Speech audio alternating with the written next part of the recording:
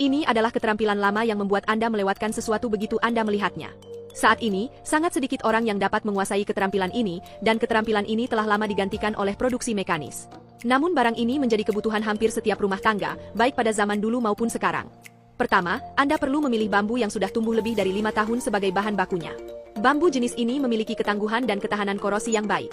Sebelum dibuat, bambu perlu direndam dalam air bersih selama sebulan untuk menghilangkan gulanya di dalam bambu. Setelah sebulan, keluarkan bambu dan potong sesuai panjang sesuai kebutuhan produksi. Kulit hijau pada permukaan bambu juga perlu dibersihkan, potongan bambu dipotong menjadi 2, dan dibagi menjadi potongan bambu dengan lebar sekitar 1 cm. Di sini Anda perlu menyiapkan 2 buah potongan bambu, 1 panjang dan 1 pendek. Namun, potongan bambu saat ini tidak dapat digunakan secara langsung, harus dipotong dengan pisau potongan bambu agar lebih tipis agar dapat digunakan secara normal. Tidak ada standar referensi untuk proses ini. Mereka bergantung sepenuhnya pada pengrajin untuk mengasahnya satu persatu, dan mengandalkan pengalaman mereka sendiri untuk menilai apakah potongan bambu tersebut memenuhi syarat. Selanjutnya bulatkan salah satu ujung potongan bambu yang lebih pendek. Busur telah terbentuk, dan ujung lainnya dibiarkan utuh. Letakkan potongan bambu yang sudah diserut dan luruskan, lalu letakkan penggaris di atasnya. Dengan menggunakan skala pada penggaris sebagai patokan, buatlah rencana secara merata pada potongan bambu yang lebih pendek garisnya, dan pada potongan bambu yang lebih panjang, Anda hanya perlu menggambar garis tanda pada sepertiga panjangnya. Hal selanjutnya yang dilakukan adalah dengan mengebor lubang pada potongan bambu sepanjang garis yang diberi tanda.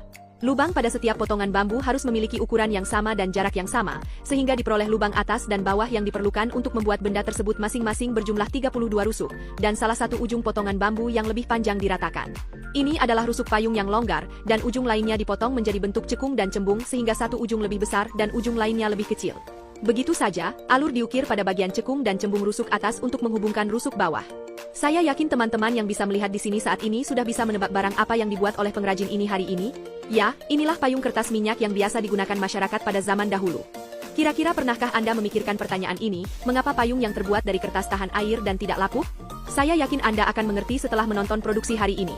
Yang dibuat kali ini adalah kepala payung kertas minyak, pertama-tama dibuat lubang bundar di tengahnya, kemudian digunakan alat untuk memasangnya di atas meja, sehingga dapat dibuat lekukan pada payung tersebut. Kepala. Alur yang dipotong di sini akan digunakan untuk memasang dan memperbaiki rusuk payung nantinya. Oleh karena itu, jumlah dan lebar alur yang dipotong harus sesuai dengan ukuran rusuk. Di sini Anda perlu membuat kepala payung bagian atas dan penyangga payung bagian bawah agar rusuk payung dapat diperbaiki dengan lebih baik.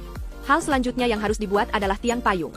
Bambu segar dipanggang di atas api arang untuk menghilangkan kelembapan di dalamnya, kemudian dibuat lubang di salah satu ujung bambu untuk memasang pelompat. Yang disebut jumper sebenarnya adalah posisi pada tiang payung yang berfungsi untuk menopang dan mengencangkan rusuk pada saat kita membuka payung. Payung zaman sekarang dilengkapi dengan pegas pada posisi tersebut untuk memudahkan membuka atau menutup payung, namun pada zaman dahulu belum ada pegas sehingga para pelompat pada masa